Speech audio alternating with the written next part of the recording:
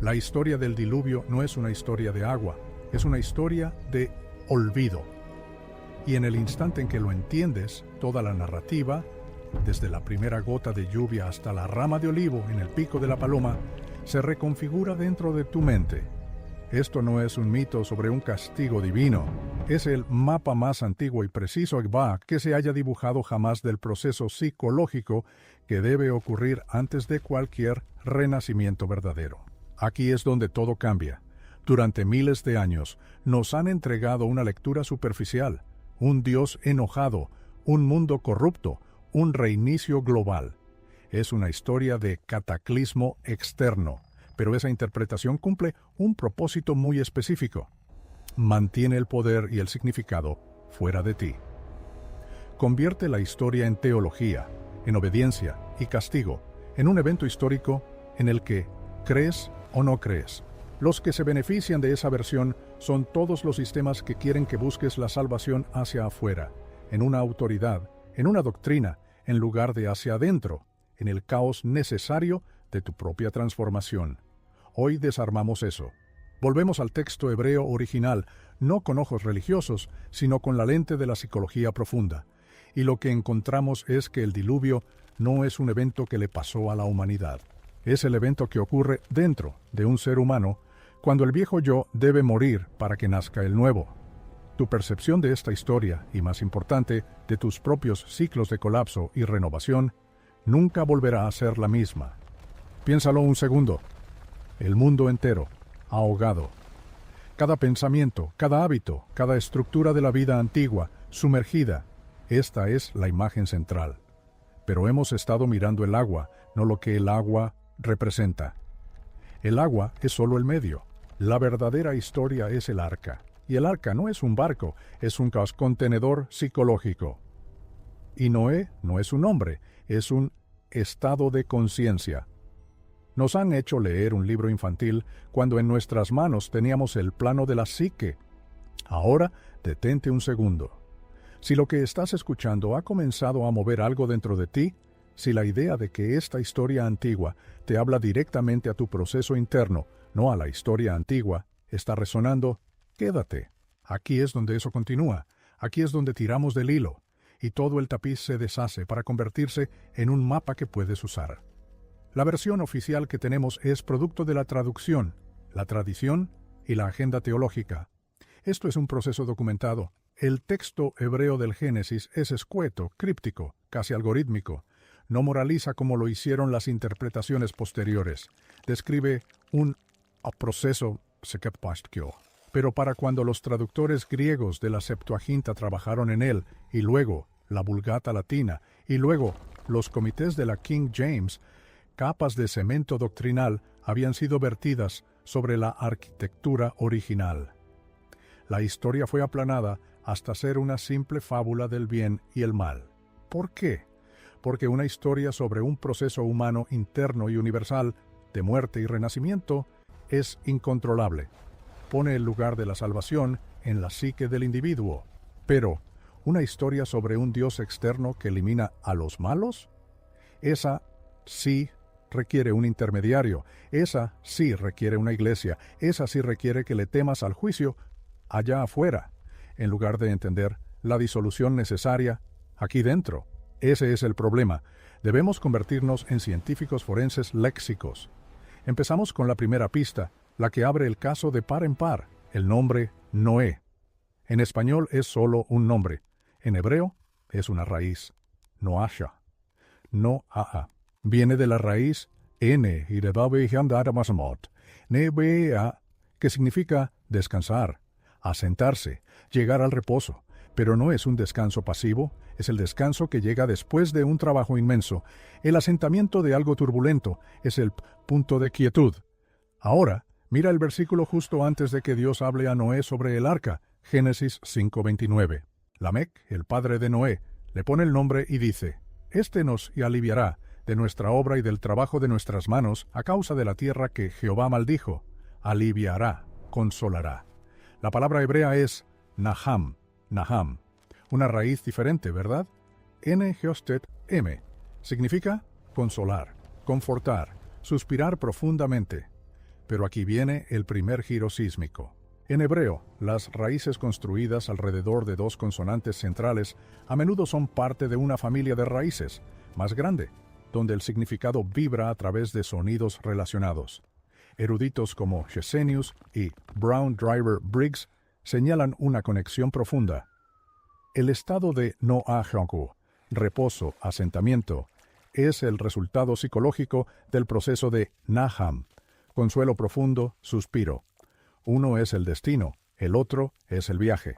Noé, el estado de reposo, nace de un mundo que necesita un consuelo profundo, un suspiro ante su maldición, su trabajo penoso. ¿Cuál es ese trabajo penoso? ¿Esa maldición? No es un castigo divino a la agricultura. Es la maldición fundacional de la mente consciente. La autoconciencia, la separación y el esfuerzo, sexo incesante y penoso. Del ego por mantener su versión de la realidad. La tierra, Adamá, es la sustancia de lo humano, el humus de tu ser. Está maldecida para producir cardos y espinas, los pensamientos persistentes y dolorosos y los patrones defensivos que crecen sin cultivo. Tu mente, dejada a sus propios dispositivos, se afana. Produce ansiedad, resentimiento, narrativas repetitivas. No puede descansar. Noé es la conciencia que puede ser llamada a emerger, desde dentro de ese paisaje mental penoso y maldecido. No es un hombre bueno en un mundo malo. Es la Meopol, potencia para el reposo interior, activada dentro de una psique dominada por el afán. Esto es lo que nadie ve. Dios le dice a esta conciencia reposo que construya un arca. La palabra hebrea es Teba. Teba aparece solo una vez más en toda la Biblia hebrea, para la canasta que llevó al bebé Moisés por el Nilo. Una teba no es un navío, no es un barco, es un contenedor, una caja sellada, un estuche protector. En ambas historias, la teba lleva la semilla de un nuevo comienzo, Noé, reposo, y Moisés, sacado de las aguas, el futuro libertador, a través de un medio destructivo, el agua y las corrientes del Nilo. El arca no se trata de navegación, se trata de contención. Esto es crítico. En el proceso de disolución psicológica, no puedes navegar. Los mapas viejos son inútiles. El viejo ego, el mundo que era, se está disolviendo. Todo lo que puedes hacer es construir un contenedor sellado. ¿Qué es ese contenedor? En términos junguianos, es el vaso del proceso terapéutico, el espacio seguro de la introspección, la práctica disciplinada de la atención plena o el análisis que te sostiene mientras las aguas de la inundación del inconsciente suben. En neurociencia, esta es la función de la corteza prefrontal, el arca de la función ejecutiva que debe mantener una estabilidad frágil mientras el sistema límbico, el diluvio emocional, arrecia. Es el consultorio, es el diario, es el cojín de meditación. Es el compromiso de mantener un espacio de testigo mientras la tormenta hace su trabajo necesario. Las instrucciones para el arca son extrañamente específicas. Madera de gopher, embreada por dentro y por fuera. 3 pisos, una puerta en el costado, una ventana terminada a un codo por arriba. Esto no es carpintería divina, es arquitectura simbólica. La madera de gopher es desconocida, perdida en el tiempo. Representa la sustancia única y misteriosa de tu vida, las experiencias específicas que te forman. El betún, gopher, viene de la misma raíz que expiación y cubrir. Es lo que hace al contenedor impermeable, sellado contra las aguas disolventes del caos. Es autocompasión. Es aceptación radical. Es lo que te permite estar en la inundación emocional sin estar completamente identificado con ella. 3 pisos. Inferior, medio y superior. Los rabinos antiguos veían esto como la estructura tripartita del ser humano, cuerpo, alma y espíritu. El ello, el yo y el superior freudianos. Lo inconsciente, lo consciente y la función trascendente. El diluvio impactará todos los niveles. La transformación es total. Ahora la ventana. Hebreo. Zohar. Te es Zohar. No es una ventana normal, jalón. A menudo se traduce como una abertura para la luz. Algunas tradiciones dicen que era una piedra luminosa, un tragaluz. Está terminada a un codo por arriba. La luz viene de arriba hacia abajo. Este es el detalle crucial. En medio de la disolución, debes tener una fuente de luz que no sea del mundo ahogado de abajo. Es una conexión con algo por encima de las aguas del diluvio. No con Dios como un ser externo, sino con la función trascendente de la psique, con el sí mismo con mayúscula, con la conciencia testigo que no se ahoga con los contenidos de la mente. Es el observador en la meditación. Es la alianza terapéutica que te recuerda que esto tiene un sentido. Sin este Zohar, sellado y dirigido hacia arriba, estás en la oscuridad total. El proceso se convierte en puro trauma, no en transformación. Y aquí es donde se pone peligroso, porque el diluvio en sí, leemos 40 días y 40 noches de lluvia y pensamos en un evento climático, pero el texto hebreo describe dos fuentes de agua simultáneas. Génesis 7:11. Aquel día fueron rotas todas las fuentes del gran abismo, y las compuertas de los cielos fueron abiertas. El diluvio no es solo lluvia desde arriba, es un cataclismo desde abajo y desde arriba. El abismo, Prestet, Tehom, Hastante, es la misma palabra usada en Génesis 1:2 para las aguas primordiales, informes y caóticas, sobre las cuales se cernía el espíritu. Es el inconsciente indiferenciado, el caos del trauma no procesado, la memoria y el instinto. Las compuertas del cielo son las estructuras que usualmente retienen las aguas encima del firmamento, un concepto de la cosmología antigua.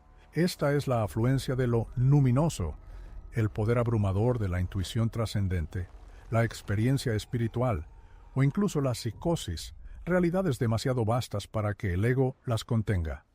El renacimiento psicológico requiere ambas. No basta con tener una crisis por tu pasado reprimido, el gran abismo. Eso puede ser solo una regresión, y no basta con tener un despertar espiritual desde arriba. Eso puede llevar a la inflación, a un ego espiritual. El diluvio, la disolución completa, ocurre cuando ambas se sueltan a la vez. Cuando tu material más profundo y oscuro erupciona, al mismo tiempo que una intuición trascendente y devastadora inunda tu conciencia. La estructura del ego, el mundo que conocías, no puede sobrevivir a eso. No está diseñado para eso. El arca, tu contenedor sellado de práctica consciente, ahora va a la deriva en este diluvio de doble fuente. No tienes el control. El texto dice que Dios cerró a Noé adentro. La conciencia del reposo, Noah, es sellada dentro de su contenedor. Es una fase pasiva. Tú aguantas, esperas, confías en la integridad del vaso que construiste. Las aguas prevalecen y todos los montes altos debajo de todo el cielo son cubiertos. Todo lo alto, cada logro cumbre, cada identidad de la que te enorgullecías, cada estructura mental que te hacía sentir seguro, queda sumergido. Es la humildad última, la muerte total de la vieja persona. Si esto tuvo sentido al instante, si estás escuchando esto y reconoces una temporada de tu vida, un periodo de colapso donde todo lo familiar se ahogó, es porque ya lo sabías.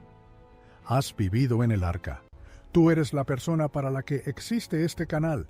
Esto no se trata de historia antigua, se trata de la arquitectura de tu propia transformación. Y en este momento estás viendo los planos. Si esto tuvo sentido al instante, es porque ya lo sabías. Ahora, las aguas prevalecen por 150 días. Un tiempo largo, oscuro, informe. Entonces, Génesis 8:1. Mas Dios se acordó de Noé. Esto no es un lapsus de memoria corregido. En hebreo, sakar. Recordar. Es un compromiso activo, covenantal. Significa intervenir de acuerdo con una promesa previa. La conciencia del reposo es recomprometida por el patrón más profundo. Y un viento, ruaj, barre sobre las aguas. La misma palabra que espíritu en Génesis 1:2. Las mismas aguas caóticas. Pero esta vez el viento no se cierne para comenzar la creación, se mueve para recrear, para separar las aguas de nuevo, para comenzar el proceso de rediferenciación. El arca descansa sobre los montes de Ararat. Las aguas retroceden. Y este es el momento. Esta es la parte que nadie ve. ¿Recuerdas la historia del arca? La leemos como un cuento infantil. Un hombre, unos animales, un barco gigante. Pero nos perdemos la operación psicológica completa. Noé abre la ventana, suelta un cuervo. El ave negra vuela de un lado a otro sobre las aguas muertas. No regresa, se queda entre los restos. Luego suelta una paloma. La paloma no encuentra dónde posarse y vuelve. Espera 7 días, la suelta de nuevo. Esta vez regresa con una ramita de olivo fresca en el pico. Otros 7 días, la suelta por tercera vez. La paloma ya no vuelve. No es un reporte meteorológico con pájaros. Es un mapa de tu reconstrucción interna. El cuervo es el ave de la carroña. Está asociado con lo inmundo, con la muerte. Es esa parte de ti que puede salir primero al paisaje del desastre. El explorador de la desesperanza. El que evalúa, frío, la pérdida total. No necesita un lugar seguro todavía. Se alimenta de lo que murió. Es necesario. La paloma es otra cosa, símbolo del espíritu de la paz. Sus 3 vuelos son las 3 etapas de tu restauración psíquica. Primer vuelo. No encuentra dónde posarse. El nuevo mundo interior aún no es habitable para una conciencia tan delicada. El paisaje sigue inundado con los residuos del diluvio. Vuelve al arca, a la contención. Intentas encontrar paz, pero dentro todo sigue anegado. Segundo vuelo. La rama de olivo, un fragmento de vida nueva brotando de la madera muerta. El olivo es resiliente, renace de raíces que parecían secas. La hoja no es el fruto, es la promesa. Es la primera evidencia tangible de que la vida es posible otra vez en tu mundo devastado. La paloma regresa con ella. La esperanza ahora es un objeto físico en tus manos, pero aún no estás listo para quedarte afuera. Tercer vuelo. No hay regreso. La paloma encuentra su hogar en el nuevo mundo. La conciencia pacífica e integrada ya puede vivir fuera del arca protectora. El proceso está completo. Pero aquí viene lo crucial. Noé sigue sin salir. Dios tiene que decirle, sal del arca. Incluso cuando la tierra está seca, el impulso es quedarse en la seguridad del contenedor que te salvó. El arca cumplió su propósito. Ahora se convierte en tu prisión si no la abandonas. La conciencia del descanso debe convertirse, tarde o temprano, en la conciencia del nuevo comienzo. No sale tropezando, recibe una orden precisa. Sal tú, y tu mujer, y tus hijos, y las mujeres de tus hijos contigo, y todos los animales, para que fructifiquen y se multipliquen sobre la tierra. Todo el ecosistema psíquico que preservaste debe ser liberado en un mundo renovado. Luego, Noé hace algo que parece extraño. Construye un altar. Su primer acto en la nueva tierra. Toma animales puros y ofrece un holocausto. El humo asciende. Y entonces viene el versículo que todo el mundo malinterpreta. Génesis 8:21. Y percibió Jehová olor grato. Y dijo Jehová en su corazón, no volveré más a maldecir la tierra por causa del hombre, porque el intento del corazón del hombre es malo desde su juventud. Alto, rebobina. La mayoría de las traducciones crean un error catastrófico. Hacen parecer que Dios huele la carne asada. Y piensa, bueno, los humanos son criaturitas malvadas por naturaleza, pero esto huele rico, así que voy a ser benévolo. Convierte la historia en la de un Dios caprichoso aplacado por un aroma. No tiene sentido psicológico y no es lo que dice el hebreo. La clave está en la palabra laken, lak. Normalmente se traduce como porque o pues, pero en esta estructura sintáctica los rabinos antiguos debatían que también puede leerse como a pesar de que o aunque, sastafast. El mapa psicológico es claro, el olor grato no es un soborno. Es la evidencia de una relación transformada. Noé, la conciencia que atravesó la disolución total y la recreación, ahora ofrece algo voluntariamente a la fuente. Es un acto de reconocimiento, de participación consciente, no de propiciación. El olor grato es la señal psíquica de que un ciclo de violencia interna, el patrón de Caín, de Lamec, de llenar la tierra con corrupción, ha sido resuelto. Y la respuesta de Dios es un pacto, un arco en las nubes, el arco iris. Lo hemos sentimentalizado. Lo hemos convertido en un símbolo de promesa genérica. Mira el hebreo. La palabra para arco es keshet, keshet. Es un arma de guerra. Ahora está colgada en el cielo, apuntando lejos de la tierra. La violencia está desarmada, la tensión del arco. La tensión entre lo divino y lo humano, entre lo consciente y lo inconsciente, sigue ahí. Pero ahora es una señal de recordatorio. Un recordatorio para Dios. El texto lo dice, de no destruir. El patrón compulsivo de disolución catastrófica se rompió. No porque la humanidad sea perfecta, sino porque se demostró el mecanismo de la transformación interna. El arca existe. El mapa ahora está en el mundo. Piensa lo que eso significa. La historia del diluvio no es sobre un Dios que pierde la paciencia. Es sobre el proceso necesario, brutal y finalmente misericordioso con el que la psique presiona el botón de reinicio. Lo hace cuando una cierta densidad de corrupción, de patrones fragmentados, violentos y egoístas, hace que el mundo actual sea invivible. La promesa del arco iris no es que no pasarán cosas malas, es que la psique misma no iniciará una disolución total y aniquiladora sin también proveer el arca del testigo consciente. El contenedor está construido dentro del patrón. Ahora lo ves. ¿Estás despierto? Si esto está resonando, si estás reconociendo los arcos y los diluvios en tu propia vida, escribe: Estoy despierto. En los comentarios, dime desde qué ciudad de Latinoamérica me ves. Quiero ver la geografía de este despertar. Tenemos el mapa, tenemos el patrón de disolución y recreación, pero queda una pregunta peligrosa. Si Noé es la conciencia del descanso que sobrevive al diluvio, ¿qué pasó con todos los demás? ¿Los corruptos? ¿Los que llenaron la tierra de violencia? ¿Simplemente eran malvados? ¿Debemos creer que merecían la aniquilación? Aquí es donde se pone peligroso, porque el texto es escandalosamente silencioso sobre los detalles de su maldad. La tierra se había corrompido delante de Dios, y estaba la tierra llena de violencia. Eso es todo. Nosotros proyectamos, los imaginamos como villanos de caricatura. Pero, ¿y si su corrupción no era una maldad cartoon, sino un estado psicológico específico? Un estado en el que tú y yo podemos caer, y quizás hemos vivido por años. La palabra para violencia es hamas, chamas. No solo significa brutalidad física, en su sentido raíz implica una violación del orden moral, un tomar despiadado, un romper el tejido de la relación.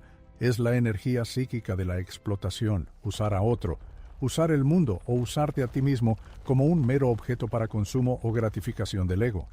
Es conciencia desprovista de empatía, que no reconoce al otro como un tú vivo. Es la conciencia del puro apetito. Y corrupción. Shahat, shachat, significa estar arruinado, echado a perder, podrido desde dentro. No es una mancha externa, es una pudrición interna. Únelo, un mundo lleno de chamas. Es un ecosistema psíquico donde todo impulso es tomar, consumir, usar.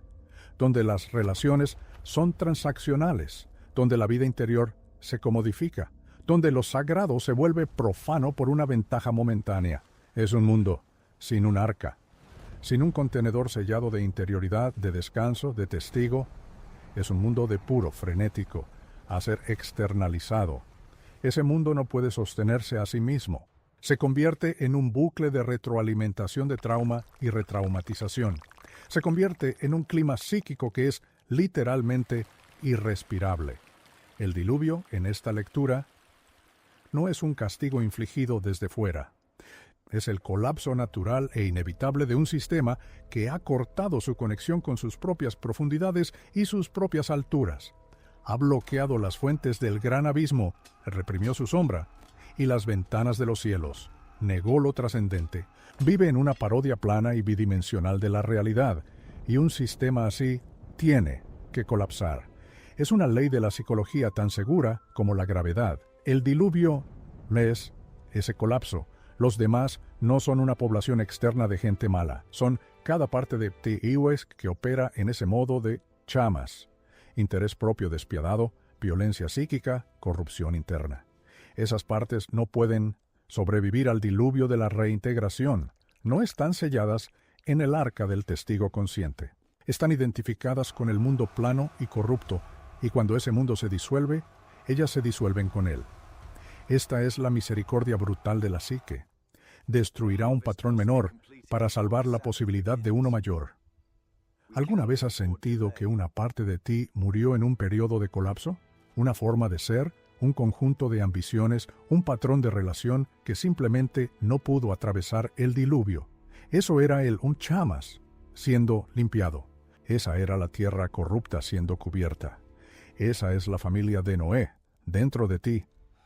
Los pares puros preservados, las capacidades para el amor, la paciencia, la creatividad, el descanso, selladas lejos del frenético y violento mundo exterior, esperando a que las aguas bajen para ser liberadas en una tierra nueva. Volveremos a esto, porque ahora tenemos que enfrentar la parte más controversial, la más psicológicamente potente de toda la historia. El momento que viene después del pacto. El arco iris está en el cielo. El nuevo mundo comienza. Y Noé planta una viña y bebe, se embriaga. La palabra hebrea, shakar, va más allá de la borrachera. Implica un tambalearse, un ser vencido, una pérdida de la conciencia de lo que te rodea. La misma conciencia que navegó el diluvio, ahora es arrasada por el fruto de su propio viaje. Entra en un estado de exposición vulnerable, indefensa. Quedó descubierto en medio de su tienda. La tienda, o Hel, es su morada, su espacio íntimo y privado, su desnudez, Erwa, es su estado crudo, sin filtros, sin procesar, su vergüenza, su trauma, su vulnerabilidad primaria. Ahora, detente un instante. Este es el instante después de sobrevivir. Has pasado por la inundación. Llegaste al otro lado. El mundo es nuevo. ¿Y qué haces? Finalmente procesas lo que sucedió. Bebes el vino de tu propia memoria y te abruma. Te deja expuesto, en carne viva, tendido en la tienda de tu propia mente. Esta es una etapa no negociable de la integración. El héroe no puede permanecer heroico para siempre. La psique debe metabolizar la tormenta. Ahora entran los tres hijos. No son personas externas. Son tres respuestas internas a esta vulnerabilidad nuclear. Tres formas en que tu propia mente maneja la parte de ti que está expuesta y traumatizada. Cam, el menor, Be'er, la desnudez de su padre. El verbo es ra'ahe. Significa ver, percibir, mirar. Pero en el pensamiento hebreo, ver no es pasivo, ver es involucrarse, comprender y a menudo tomar posesión de lo que se ve. Él ve y luego se lo cuenta a sus dos hermanos afuera. Transmite la vulnerabilidad. Convierte la exposición privada en un tema de comentario externo. Esta es la función psicológica del juicio del chisme interno. Es la parte de ti que es testigo de tu propia vergüenza, de tu estado crudo, y en lugar de sostenerlo con cuidado, inmediatamente lo convierte en narrativa. Transforma tu dolor en una historia para contar, aunque sea solo a otras partes de ti mismo. Cosifica la herida. Sem y Jafet, sin embargo, toman un manto, caminan hacia atrás, cubren a su padre sin mirar. Esta es la función de la reverencia y la protección. El manto, Simla, es una cobertura, un velo de dignidad. Caminar hacia atrás es negarse a mirar directamente la desnudez. Es un acto de ceguera deliberada y respetuosa ante la vergüenza cruda. Es la parte de tu conciencia que sabe que algunas cosas son demasiado delicadas para un escrutinio directo, que la sanación de una exposición profunda no viene del análisis, sino de la restauración compasiva de la dignidad. Lo cubres, le permites la privacidad para sanar. Noé despierta. Él sabe lo que su hijo menor ha hecho. El saber, yada, es un conocimiento íntimo, experiencial. La conciencia se da cuenta de cómo ha sido tratada por sus propias funciones internas y pronuncia un decreto. Maldice a Canaán, el hijo de Cam, y bendice a Sem y a Jafet. Olvida las razas, olvida las tribus. Canaán representa el fruto de la función juzgadora. La tierra maldita es el paisaje interno que crece a partir de la semilla de transmitir la vergüenza. Es una psique que produce espinos y cardos. La actitud defensiva, la amargura, una sensación perpetua de estar expuesto y juzgado.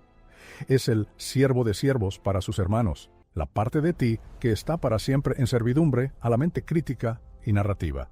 Sem y Jafet son bendecidos, las funciones protectoras y reverentes son elevadas. Se convierten en los dominios donde habita el nombre divino, Sem significa literalmente nombre, y donde puede ocurrir la expansión, la bendición de Jafet. Piensa en lo que esto significa. Todo el arco de la narrativa del diluvio es el arco de una psique sometida a una transformación profunda. El mundo violento y caótico es la mente no integrada. El arca es el vaso consciente que construyes mediante la obediencia a un patrón más profundo. El diluvio es la disolución necesaria. Los animales son los instintos primarios, preservados en parejas. La montaña es el nuevo nivel de conciencia. El pacto es el nuevo sistema operativo. El arco iris es el recordatorio de que la disolución total no vendrá de nuevo. La psique ahora tiene un pacto consigo misma, y la embriaguez de Noé es la inevitable y vulnerable resaca de la supervivencia, la parte en la que quedas al descubierto por tu propia historia. Ahora, mira dentro. ¿Alguna vez has sobrevivido a un gran diluvio? ¿Una pérdida, una ruptura, un fracaso, un periodo de caos que limpió tu mundo de un brochazo? Y cuando llegaste al otro lado, cuando creíste que debías ser el héroe fuerte y renovado, ¿encontraste en cambio que el vino de la memoria te abrumaba, quedando al descubierto en la tienda de tu propia soledad? Ese es Noé, dentro de ti, en este momento. Y cuando eso sucedió, ¿qué hijo habló más fuerte? ¿Fue Cam? La voz que vio tu desnudez e inmediatamente comenzó a contarle la historia a cualquier otra parte de ti. Mírenme, soy un desastre, estoy expuesto, esto es patético, transmitiendo la vergüenza. ¿O fueron Sem y Jafet, las funciones más silenciosas y reverentes que simplemente tomaron un manto de autocompasión y te cubrieron sin mirar fijamente, que te permitieron la dignidad de sanar sin la luz dura del autoanálisis? La maldición y la bendición no son eventos históricos, son leyes psicológicas. Si dejas que la función de Cam domine, si constantemente miras y narras tus propias vulnerabilidades, maldices la tierra de tu futuro ser. Creas un Canaán interno, un paisaje de lucha. Si cultivas las funciones de Sem y Jafet, la reverencia protectora, la cobertura compasiva, bendices la tierra. Creas espacio para que habite el nombre divino y para que tu conciencia se expanda. Aquí es donde todo cambia. La historia del diluvio nunca fue sobre un Dios ahogando un mundo. Fue sobre tu conciencia aprendiendo a navegar sus propios ahogamientos necesarios. El arca es el patrón que debes seguir para preservar lo esencial.